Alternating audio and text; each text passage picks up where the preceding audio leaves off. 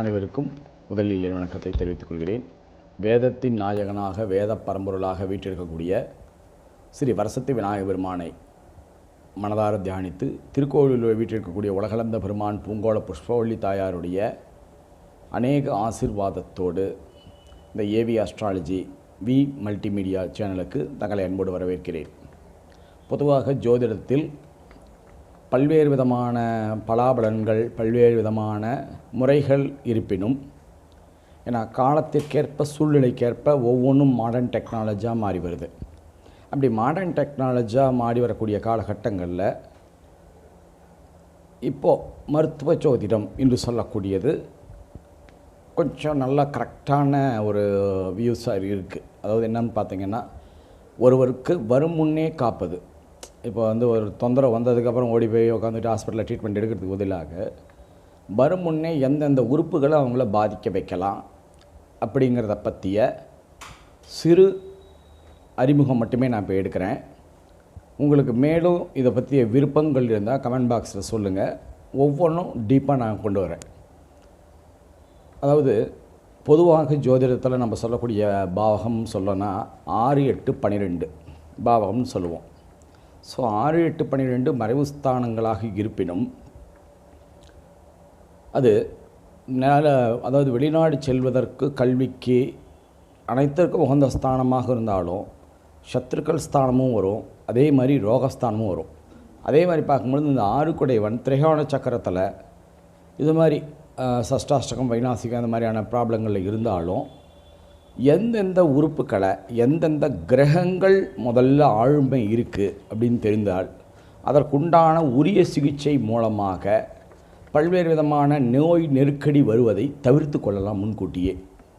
அதுக்கு உண்டான இது பார்த்திங்கன்னா எப்போவுமே பொதுவாக ஜோதிடவியலில் சொல்லப்பட்டிருக்கக்கூடிய கருத்துக்கள் அப்படின்னு பார்க்கும் பொழுது சூரியன் அப்படின்னா தலைமைக்காரகன் எல்லாத்துக்குமே தெரிந்த ஒரு விஷயமாக இருக்கும். தலைமைக்காரகன், ராஜ உறுப்பின் அதிபதி அப்படி என்றாலும் சூரியன் காரகத்தில் வலது கண்ணாக இருப்பார். அதே சமயம் சந்திரன் என்று சொல்லக்கூடியது, இந்த சந்திர பகவான் என்று சொல்லக்கூடியது இடது கண்ணாகவும், அதே சமயம் செவ்வாய் மூக்கு பகுதிகளாகவும், அதே சமயம் புதன் இடது காதாகவும், குரு வலது நாசியாகவும், சுக்கிரன் இடது நாசியாகவும், சனி வலது காதாகவும், ராகு வாயாகவும், கேது கழிவு பாதைகளாகவும் பொதுவாக ஜோதிடத்தில் குறிப்பிடப்பட்டுள்ளது. பொதுவாக ஜோதிடத்தில் காமனாக நமக்கு தெரிஞ்ச விஷயங்கள் இது. ஓகே, இதோட நம்ம இன்னும் கொஞ்சம் விஷயங்களில் கொஞ்சம் உள்ளே போய் பார்த்தா நல்லாயிருக்கும். அந்த சூரியன் காரகம் எடுத்துக்கிட்டோம்னா அந்த சூரியனுக்கே உண்டான என்ன அப்படிங்கிறத பற்றி பார்க்கலாம். சூரியன் அப்படின்னு பார்க்கும் பொழுது அவர் வலது கண், முதல்ல வலது கண், இரண்டாவது அப்படின்னு பார்க்கும் பொழுது எலும்பு, தலை, அதே சமயம் நெற்றி, பித்தப்பை, உயிரணுக்கள் இல்லைன்னா குழந்தை பாக்கியத்தை தட்டி கழிக்கிறதுக்கு உண்டான தன்மைகளை கொடுக்கக்கூடியது அந்த முக்கியமான உயிரணுக்கள் என்று எடுத்துக்கலாம். சந்திரனை நம்ம பார்க்கும் பொழுது இடது கண், மார்பகம், சிறுநீரகம், வயிறு, இரத்தம். செவ்வாயை நாம் பார்க்கும் பொழுது சிகப்பணுக்கள், இரத்தத்தில் உள்ள சிகப்பு அணுக்கள், அதே சமயம் இருதயம், புருவம், பற்கள், எலும்பு மஜ்ஜை, இரத்தத்தில் உள்ள சிவப்பணுக்கள் நான் முதல்ல சொல்லிட்டேன். புதன் அப்படின்னு பார்த்தீங்கன்னா நெற்றி, நாக்கு, கழுத்து, தொண்டை, தொண்டை, அதே சமயம் தோள்பட்டை, இது மாதிரியான விஷயங்களை எடுத்துக்கலாம். குரு மூக்கு நாசி, அதே மாதிரி மூளையின் பகுதி, மூளை, அதே மாதிரி சிறுகுடல், பெருக்குடல், எலும்பில்லா ராஜ மண்டலங்கள், இதுவரை இருதய பாகங்களும் அவருக்குள்ளே அமையலாம். இப்போ ஹிருதயம் என்னங்க, நீங்கள் செவ்வாயில் சொன்னீங்கன்னா ஹிருதயம் வால்வு, வெர்டிக்கல் வால்வு சொல்லுவோம். அந்த வால்வு பகுதிகள் செவ்வாயில் இருந்தாலும் ஹிருதயத்தை இயக்கக்கூடிய மூளை நரம்புக்கு பம்பிங் அப்படின்னு சொல்லக்கூடியது எல்லாமே ஹிருதயத்தினுடைய குருவுடைய தன்மைகளில் அமையப்பெறுகிறது. அதுக்கப்புறம் தொடை, தொடை, தசைகள், இவை தசை இறுக்கம், இவை அனைத்தையும் புதனு குருவுக்கும் சுக்கிரன் கன்னம், கழுத்து, முகம், தாடை இந்த இடங்களிலேயும், சனி மூட்டு பகுதிகள், கால்சியம் பற்றாக்குறைகள் ஏற்படக்கூடிய பகுதிகள், எலும்புகள், இது மாதிரி இருக்கக்கூடிய பகுதிகளையும், ராகு வாய், உதடு, காது, மலக்குடல் இது மாதிரியான குடல் பகுதிகளிலையும், கேது நகம், முடி, ஆசனவாய் மற்றும் மர்ம உறுப்பு, மைக்ரோ லெவல் நரம்புகள், மைக்ரோ லெவல் நரம்புகள், ஏன்னா நரம்புகள் ஸ்ட்ரோக் வரக்கூடிய நரம்பு இது மாதிரி எனக்கு புதனான நரம்புகள்னாலும் புதன் நரம்புகளில் பிரதான நரம்புகளாக இருக்கும். கண்டே பிடிக்க முடியாத நுனியில் இருக்கக்கூடிய நரம்புகள் எப்படின்னு சொல்லக்கூடியதை கொடுக்கக்கூடியது பார்க்கும் பொழுது கேது. அதாவது டாக்டர்ஸாலேயே கண்டுபிடிக்க முடியாது, ரொம்ப ரொம்ப மைக்ரோ லெவலில் இருக்கும். சில டைமில் பார்க்கும் பொழுது அது ஒன்றும் பெரிய அந்த நரம்புகள்லாம் அடைச்சிக்கும், ஒன்றும் பெரிய ப்ராப்ளம் இருக்காது. இது ஒரு கர்மா டிசீசஸாகவும் சில பேருக்கு வந்ததுக்கான வாய்ப்புகள் மிக மிக அதிகமாக இருக்கும். ஓகே, இப்போது அப்படின்னு பார்க்கும்பொழுது இதில் இருக்கக்கூடிய இந்த சார்ட்டை வச்சு இன்றைக்கி ரெண்டு ப்ரொசீஜர் மட்டும் நான் இன்றைக்கி சொல்கிறேன். 2 ப்ரொசீஜர் அப்படின்னு பார்க்கும்பொழுது, பொதுவாக சூரியன் நின்ற பாவகத்திலிருந்து, சூரியன் நின்ற இடத்திலிருந்து 1, 5, 9, 3, 11, 2, 12 இந்த இடங்களில் சந்திரன் இருந்தால் வலக்கண் பார்வை கொஞ்சம் பாதிப்பு ஏற்படுத்தி கொடுக்கும். இதே மாதிரி ஸ்தான இடத்துல ராகுவோ கேதுவோ இருந்தால் கண் பார்வையில் கோளாறு, சிறு வயதிலேயே இந்த பெரிய கிளாஸ் போடுறது இது மாதிரி ஏற்படுத்தும். அதே மாதிரி இந்த இடங்களில் சனி நின்றால் கண்புரை ஏற்பட்டு பார்வை கோளாறுகளை ஏற்படுத்தி கொடுக்கும். இதே சமயம் சுக்கிரன் அந்த இடத்துல போய் நின்னாருன்னா ஒரு கண் பார்வை, அதாவது கருவிழி பார்த்திங்கன்னா மாறி இருக்கும், அரைக்கண் பார்வையாக இருக்கும். இது மாதிரி இருக்கக்கூடிய அமைப்புகள் மிக மிக அதிகமாக தென்படும். இப்போது இவை அனைத்திற்கும் போக ஒரு முக்கியமான ஒரு டாப்பிக்கில் பார்க்கும்போது, பெரும்பாலும் இன்றைக்கி மருத்துவத்துறையில் குழந்தைகளின்மை என்று சொல்லக்கூடியது பொதுவாக சொல்லிக்கொண்டிருப்பார்கள். அந்த குழந்தையின்மைகள் அப்படின்னு பார்க்கும் பொழுது பொதுவாக நாசிகளில் வளநாசி, இடநாசின்னு சொல்லுவாங்க. நாசி முறைகள் அப்படின்னு பார்க்கும்பொழுது வலது நாசி அப்படிங்கும்போது, வலது நாசியில் பார்க்கும்பொழுது ஸ்பீடாக அந்த காற்று வந்துட்டுருக்கும். இது காமனாக வலது நாசிகள் அது இருக்கக்கூடிய காலகட்டங்கள் என்று பார்க்கும் பொழுது அவர்களுக்கு குருவின் அனுகிரகம், ஆசீர்வாதம் கரெக்டாக இருக்கிறதாக அர்த்தம். அதே மாதிரி பெண்களுக்கு இடது மூக்கு நாசி, அந்த நாசியில் நல்ல விதமான ஏர் இருக்கக்கூடிய காலகட்டங்களில் இறை வழிபாடோ சரி, மற்ற வழிபாடுகளோ சரி, மற்ற விதமான சிவமங்கலமாக இருந்தாலும் சரி, அவர்களுக்கு விரைவில் புத்திரம் ஏற்படுவதற்கான வாய்ப்புகளை ஏற்படுத்தி கொடுக்கும். மேற்கொண்டு இந்த பகுதிகளில் அப்படின்னு பார்க்கும்போது இவ்வளவு பகுதிகளை நான் குறிப்பிட்டு சொல்லியிருக்கேன்.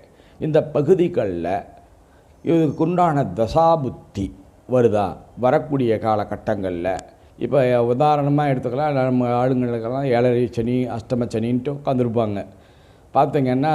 அதே மாதிரி இன்னொன்று எடுத்துக்கலாம், கன்னி ராசிக்காரங்களுக்கு பார்த்திங்கன்னா பாதத்தில் பிரச்சனை கண்டிப்பாக வந்துகிட்ருக்கோம். சிம்ம ராசிக்கு முட்டியில் வந்துகிட்ருக்கோம். கடகத்துக்கு நெஞ்சு சளி கண்டிப்பாக இருக்காமல் இருக்கிறதுக்கான வாய்ப்புகள் மிக மிக குறைவு. துலாத்துக்கு இடுப்பு சம்பந்தப்பட்ட உபாதைகள், கழுத்து சம்பந்தப்பட்ட உபாதைகள், அந்த பித்தையினால் ஏற்படக்கூடிய தலைவலிகள் ஏற்படுத்தி கொடுக்கும். ரிஷபத்துக்கு கர்ப்பப்பை சம்பந்தப்பட்ட கோளாறுகளை ஏற்படுத்தி கொடுத்துக்கிட்டு இருக்கோம். மிதுனம் தோல் இந்த ஷோல்டர் மாதிரியான பிரச்சனைகளை ஏற்படுத்திக்கிட்டு இருக்கோம். தனுசு எதய துடிப்புகளை அதிகப்படுத்தும். மகரம் அப்படின்னு பார்க்கும்போது பெரலிசஸ் அட்டாக் இது மாதிரி ஏற்படுத்தும். இடது பக்கம் செயல் இழப்பை ஏற்படுத்தி கொடுக்கும். கும்பம் அப்படின்னு பார்க்கும்போது அஜீரண கோளாறுகளை ஏற்படுத்தி கொடுக்கும். மீனம்னு பார்க்கும்போது அடிவயிறு, சுகர் இது மாதிரியான பிரச்சனைகளை அதிகமாக பொதுவான இந்த ஜோதிடத்தில், மருத்துவ ஜோதிடத்தில் இவ்வளவு சொல்லிடலாம். சரி, இதெல்லாம் பாதிக்கக்கூடிய காலம் அப்படின்னு பார்க்கும் பொழுது இந்த அஷ்டமச்சனி, 7.5 சனி இது மாதிரி நடக்கக்கூடிய காலகட்டங்களிலும் சரி, மற்ற திசாநாதனும் புத்திநாதனுக்கும் சஷ்டாஷ்டக திசாபுத்தியில் அவர்களுக்கு எந்த கிரகம் வலுவிழந்து இருக்கிறதோ, எந்த பகுதியை குறிப்பிட்டிருக்கிறதோ அப்பகுதிகளில் உபாதைகளை ஏற்படுத்தி கொடுக்கும். உதாரணமாக சிறு குறிப்பை கொடுக்கிறேன். அதாவது இது நான் கணித்து சொல்லலை, உதாரணமாக ஒருவருக்கு சனி திசையில் ராகு புத்தி நடப்பது என்று எடுத்துக்கொள்ளுவோம். சனி 6 ரோகத்துக்குடையவனாக இருக்கிற அப்படி ஏதோ 5 6 குடையவனாக இருக்க அப்படின்னு எடுத்துக்கலாம். அவர் ஒரு 8லேயோ ஒரு 12லேயோ போய் மறைஞ்சிருக்காரு. அவர் நின்ன இடத்துலேருந்து 6 8 8ஆம் இடத்துல கரெக்டாக வைநாசிகம், அதாவது 64வது நட்சத்திர பாதம். அந்த நட்சத்திர திசாபுத்தியில் கண்டிப்பாக அந்த சனி வந்திரத்துலையோ இல்லை ராகு வந்திரத்துலையோ பார்த்தீங்கன்னா நாய் குறுக்க போகிறது, இல்லை யாராச்சும் ட்ரிங்க்ஸிங் பார்ட்டி வந்து வண்டி முன்னாடி வந்து உழுவுறது, இது மாதிரி பார்க்கும் பொழுது அவர்களுக்கு அந்த எந்த உறுப்புகள், இப்போ சனின்னு சொன்னேன், எலும்பு, ராகுன்னு சொன்னேன். ராகுன்னு சொல்லும் பொழுது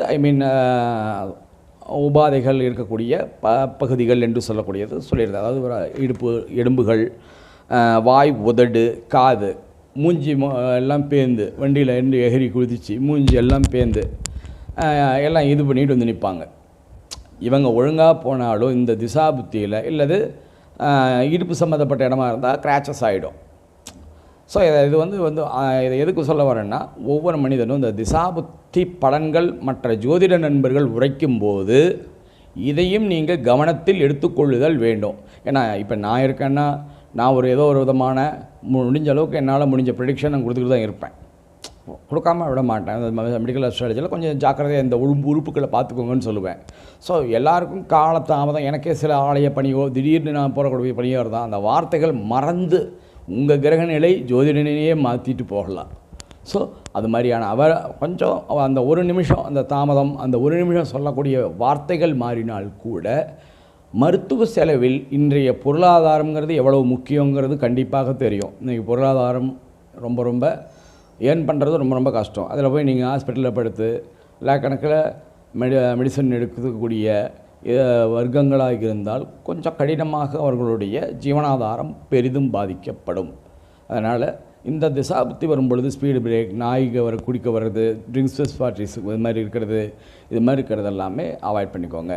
அதே மாதிரி இதை பற்றிய உங்களுக்கு இன்னும் ஏதாச்சும் டவுட் இருந்துச்சுன்னா தயவு செஞ்சு கொஞ்சம் கமெண்ட் பாக்ஸை கொடுத்தீங்கன்னா இந்த மெடிக்கல் அஸ்ட்ராலஜியில் எனக்கு தெரிந்த அளவுக்கு நான் உங்களுக்கு வந்து அதாவது இருதய செயலிழப்பு எப்போ வரும், எந்த திசாபுத்தி காலகட்டங்களில் வரும், அதே மாதிரி பார்க்கும்பொழுது குழந்தை பிறப்புக்கு உண்டான தன்மைகள் எப்படி இருக்கும், எந்த காலகட்டங்கள் ஏற்படுத்தி கொடுக்கும் அப்படிங்கிறது எல்லாத்தையுமே நான் தெளிவாக எடுத்து கொடுக்க விரும்புகிறேன். மேலும் என்னுடைய சேனல் உங்களுக்கு பிடிச்சிருந்துச்சுன்னா சப்ஸ்கிரைப் பண்ணுங்கள். உங்களுக்கு தெரிஞ்ச இந்த விஷயத்தை முடிஞ்ச அளவுக்கு உங்கள் மற்ற நண்பர்களுக்கும் ஷேர் பண்ணுங்கள். நான் மெடிக்கல் அஸ்ட்ராலஜி யூடியூப் போட்டிருக்காங்கன்னு எனக்கு தெரியாது, நான் ஃபஸ்ட் டாபிக் நான் எடுத்திருக்கேன். மேலும் இது பற்றிய விவரங்களுக்கு என்னுடைய காண்டாக்ட் நம்பரையும் நான் வந்து கொடுத்துருக்கேன். உங்களுக்கு பிடித்திருந்தால் சப்ஸ்கிரைப் பண்ணி உங்களுக்கு தெரிந்த அந்த விஷயங்களை உங்கள் நண்பர்களுக்கும் ஷேர் பண்ணுங்கள். அடுத்த வர தொகுப்பில் கண்டிப்பாக பார்க்கலாம். நன்றி, வணக்கம்.